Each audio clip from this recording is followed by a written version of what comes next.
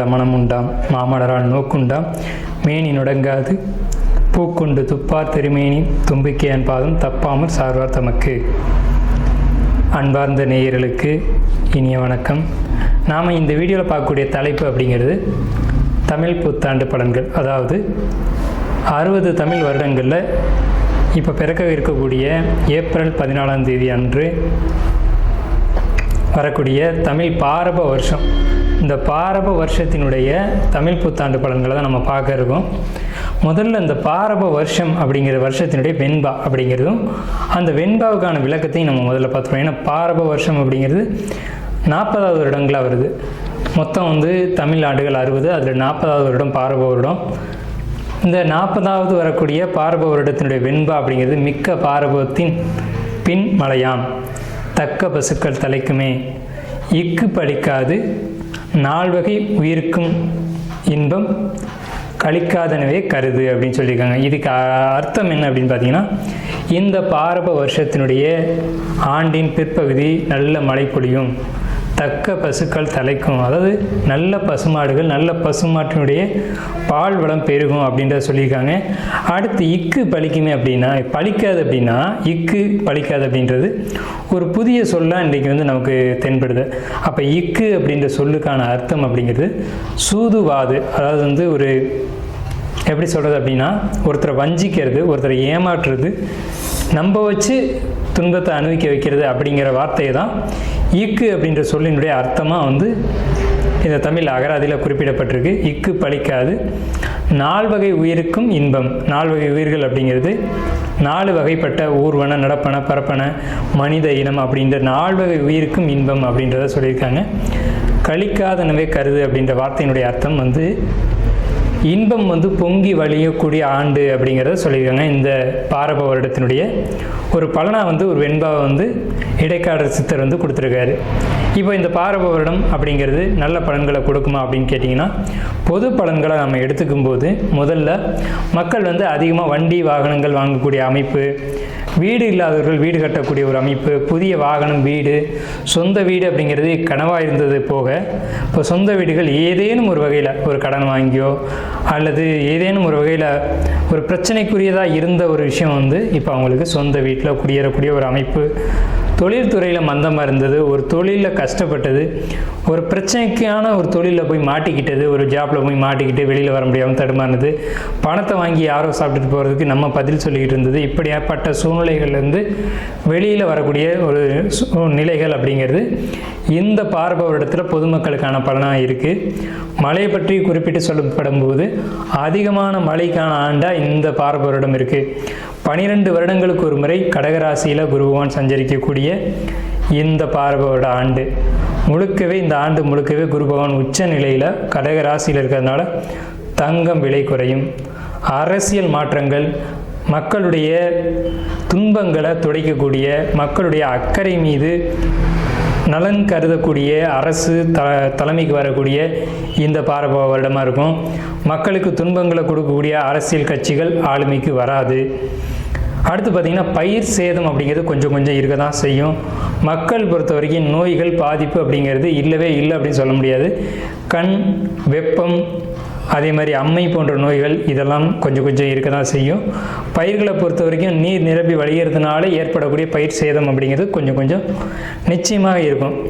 So அப்போ என்ன பண்ணலாம் அப்படின்னா, பயிர் எப்படி பயிர் மேலாண்மை அப்படிங்கிறதுக்கு இந்த காலகட்டத்தில் மக்கள் கவனம் அதிகமாக எடுத்துக்கணும். நல்ல விளைச்சல்கள் உண்டாகும். பணப்பயிர்கள் நிறைய விளையும். பணப்பயிர்கள்னு சொல்ல முடியும் போது நெல், கரும்பு, வாழை அப்படின்னு சொல்லக்கூடிய 3 பயிர்களும் மிகுந்த விளைச்சல்கள் உண்டாகி நல்ல ஒரு விளைச்சல் உருவாகும். இந்த ஆண்டில், அதாவது கடந்த ஆண்டில் பொருளாதார தட்டுப்பாடுகள் மிகுதியாக இருந்தது. பணத்தை பார்க்குறதே ஒரு அரிதான ஒரு விஷயமா இருந்த காலகட்டத்தில் இந்த சமயத்தில் பணம், பொருளாதாரம் அப்படிங்கிறது தேவைக்கு மிகுதியாக இவங்களுக்கு உங்கள் கையில் பணப்புழக்கம் அப்படிங்கிறதெல்லாம் மக்கள்கிட்ட இருக்கும். அப்போ மக்கள்கிட்ட பணப்புழக்கம் இருக்கும்போது சந்தோஷமான நிகழ்வுகள், சந்தோஷமான காலகட்டம் அப்படிங்கிறது இருக்கும். தங்களுடைய தேவைகளை பூர்த்தி செய்யக்கூடிய காலகட்டமாக இருக்கும்.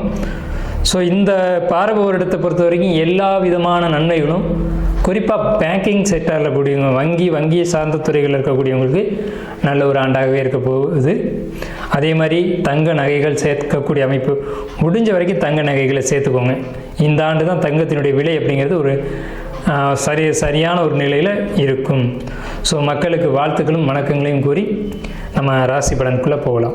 அன்பார்ந்த சிம்ம ராசி நேயர்களே, நமக்கு வரக்கூடிய இந்த பாரப வருடம் எப்படி இருக்க போகுது அப்படிங்கிறத நம்ம பார்க்குறோம். இந்த சிம்ம ராசிக்கு பாரப வருடம், பொதுவாகவே சிம்ம ராசி அப்படின்னாலுமே நீதி நேர்மை இதுக்கு கட்டுப்பட்டு வெளிப்படையான மனதோட குழந்தைத்தனமான ஒரு ஆக்டிவிட்டீஸோடு இருக்கக்கூடியவங்க தான் இந்த ஒரு சிம்மராசிக்காரங்க. எப்போவுமே ஒரு தலைமை பண்புக்கு தகுதி வாய்ந்தவர்கள் அப்படின்னு சொல்லலாம். ஸோ அப்படிப்பட்ட சிம்மராசி நேயர்களுக்கு இந்த ஆண்டு ஒரு சமுதாயத்தில் ஒரு அங்கீகாரம் கிடைக்கும், அந்தஸ்து கிடைக்கும், கௌரவம் கிடைக்கும். அதனால் ஒரு பிரச்சனைகளும் உருவாகும். நீங்கள் முன்னே போனதுனால ஒரு பிரச்சனையை நீங்கள் சந்திச்சிருப்பீங்க. ஸோ இந்த மாதிரி நீங்கள் முன்னே போனதுனால ஒரு பிரச்சனைகள் உருவாகி சரியாகும். அதனால் எந்த ஒரு விஷயத்துக்கும் நீங்கள் முன்னே போகாமல் மற்றவங்களை முன்னாடி விட்டுட்டு நீங்கள் பின்னாடி போங்க, அதுதான் நல்லது. நீங்கள் முன்னே போனதுனால பல பிரச்சனைகள் நீங்களே சந்திக்க வேண்டி வரும்.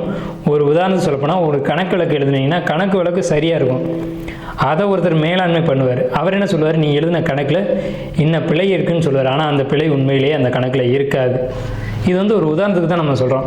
ஸோ இந்த மாதிரியெல்லாம் இருக்குது அப்படிங்கிறதுனால, ஆனால் உங்களை தேடி தலைமை பண்புகள், தலைமை பதவிகள் உங்களுக்கு வரும். தன்னம்பிக்கை துளிர்விடும், ஆனால் அந்த தன்னம்பிக்கையில் முறிச்சு விடுவாங்க. ஸோ உங்களுக்கு வந்து எதையுமே நம்மளால் செய்ய முடியும், சாதிக்க முடியுன்ற நம்பிக்கையை இந்த ஆண்டு நீங்கள் பெறுவீங்க. பல காரியங்களை உங்களால் செய்ய முடியும், சாதித்து காட்டுவீங்க. குடும்பம் சார்ந்த வகையில் பார்க்கும்போது வேலை, தொழில், பணி அப்படின்ற விஷயத்தில் நீங்கள் சிறந்து விளங்குவீங்க. மனைவியோடைய உடல்நிலையில் மட்டும் கவனம் தேவை. உங்களுக்கு வழிபாடு அப்படின்றத பொறுத்த வரைக்கும் சிவன், முருகன், கணபதி, மகாலட்சுமி இந்த 4 தெய்வங்களுடைய வழிபாடு ரொம்ப ரொம்ப அத்தியாவசியமாக தேவை இருக்குது. இந்த தெய்வங்களை வழிபாடு பண்ணுங்கள். இது எல்லாமே ஒரே இடத்துல வழிபடணும் அப்படின்னா சிவன் கோயிலில் போய் நீங்கள் வழிபாடு செஞ்சுக்கலாம். மனைவிக்கு ஏற்படக்கூடிய உடல்நிலை பாதிப்புகளை பொறுத்த வரைக்கும் நீங்கள் மருத்துவ முறைகளை கையாளணும். அது குறிப்பிட்டு சொல்லப்போனால் ஆங்கில மருத்துவங்களை நீங்கள் வந்து பெரும்பாலும் எதிர்பார்க்க வேணாம். ஆங்கில மருத்துவத்தை தவிர்த்து வேறு ஏதேனும் மருத்துவ முறைகளை நீங்கள் பாருங்கள். அவமானங்களை காரணம் இல்லாமல் நீங்கள் அனுபவிக்க வேண்டிய நேரிடும். யாரையும் நம்பி எந்த விஷயத்திலும் இறங்கி முன்னே போக வேண்டாம். ஸோ நீங்கள் எடுத்துக்கொள்ள வேண்டிய உணவுகள் அப்படிங்கிறது கோதுமை எடுத்துக்கணும். கோதுமை தயவு செஞ்சு தானம் பண்ணிட வேண்டாம். கோதுமையை நீங்கள் உணவாக எடுத்துக்கணும். இனிப்பை நீங்கள் தானமாக கொடுக்கணும். அதே மாதிரி கசப்பு உணவுகளை தானம் கொடுக்கணும். அல்லது எலுமிச்சை ஜாதத்தை நீங்கள் தானம் கொடுக்கலாம். தாராளமாக ஒரு எலுமிச்சையோ அல்லது தயிர் சாதமோ அதோடு சேர்த்து தண்ணீர் பாட்டிலும் கொடுக்கணும். யாருக்கு வேணாலும் நீங்கள் தானம் செய்யலாம். உணவு சாப்பிடக்கூடியவங்களுக்கு நீங்கள் தானம் செய்யலாம். அதே நேரத்தில் கோதுமை சார்ந்த உணவுகளை நீங்கள் தானம் செய்யாமல் சாப்பிட்டுக்கணும். ஸோ இதுதான் உங்களுக்கு பாரப வருடத்தினுடைய பரிகாரமாக உங்களுக்கு திகழுது. ஸோ உங்களுக்கு வந்து இந்த ஆண்டு பாரப வருடத்தில் அதிகமாக கவனமாக இருக்கணும் அப்படின்ற ஒரு நிலை வந்து உங்களுக்கு இருக்குது. சில விஷயங்களை தவிர்த்துக்கொள்கிறதே நல்லது. அதாவது இந்த முன்னாடி போகிற விஷயங்கள், தலைமை பண்புக்கு போகிற விஷயங்கள், இதை பொறுத்த வரைக்கும் நீங்கள் தவிர்த்துக்கொள்வது நல்லது. உங்களுக்கு சில பிரச்சனைகள், நீங்கள் வந்து முன்னாடி நிற்க வேண்டிய இடத்துல கூட உங்களை வந்து தவிர்த்து வெளியில் போ அப்படின்னு சொல்லக்கூடிய ஒரு சூழ்நிலை உருவாகலாம். அதனால் நீங்கள் வந்து எந்த ஒரு விஷயத்தையும் பற்றியும் நீங்கள் பெருசாக சிந்திக்காமல் நீங்கள் ஒதுங்கி வந்துடுறது நல்லது. எதிர்காலம் பற்றிய ஒரு சிந்தனையோடு நீங்கள் எதுலேயும் ஒரு பக்குவப்பட்ட ஒரு சிந்தனையில் நீங்கள் இருக்கிறதே நல்லது. வார்த்தையில் ரொம்ப ரொம்ப கவனம் தேவை. ஸோ இதுதான் உங்களுக்கான பலன்களாக இந்த வருடத்தினுடைய அமைப்பு இருக்குங்க. இப்போ நம்மளுடைய பலன்களை தெரிஞ்சுக்கிட்டோம். ஜோதிடத்தின் மீது ஆர்வம் கொண்டவங்களோ அல்லது கிரக நிலைகளை பற்றி தெரிஞ்சுக்கணும்னு நினைக்கிறவங்களோ அல்லது தனிப்பட்ட முறையில் ஜாதகம் பார்த்துக்கணும் அப்படின்னு நினைக்கிறவங்க, ஆன்லைன்லேயோ அல்லது நேரடியாகவோ தெரிஞ்சுக்கணும்னு நினைக்கிறவங்க, வாஸ்து தெரிஞ்சுக்கணும்னு நினைக்கிறவங்க, அல்லது வீடு பார்க்கணும், எங்களுடைய வாஸ்து குறைகள் இருக்குதுன்னு சந்தேகப்படுறோம் அப்படின்னு தெரிஞ்சுக்கணும்னு நினைக்கிறவங்களுக்கு ஒரு சின்ன ஒரு விஷயம் என்னென்னு கேட்டிங்கன்னா, நமக்கு ஸ்க்ரீனில் தெரிகிற நம்பருக்கு நீங்கள் கால் பண்ணி பதிவு பண்ணிவிட்டு எப்போ வேணாலும் நம்மளை வந்து கால் பண்ணலாம். பதிவு பண்ணிக்கோங்க. உங்களுக்கான சர்வீஸ் பண்ணி கொடுக்கறதுக்கு நம்ம காத்துட்ருக்கோம். நன்றி, வணக்கம், வாழ்த்துக்களும்.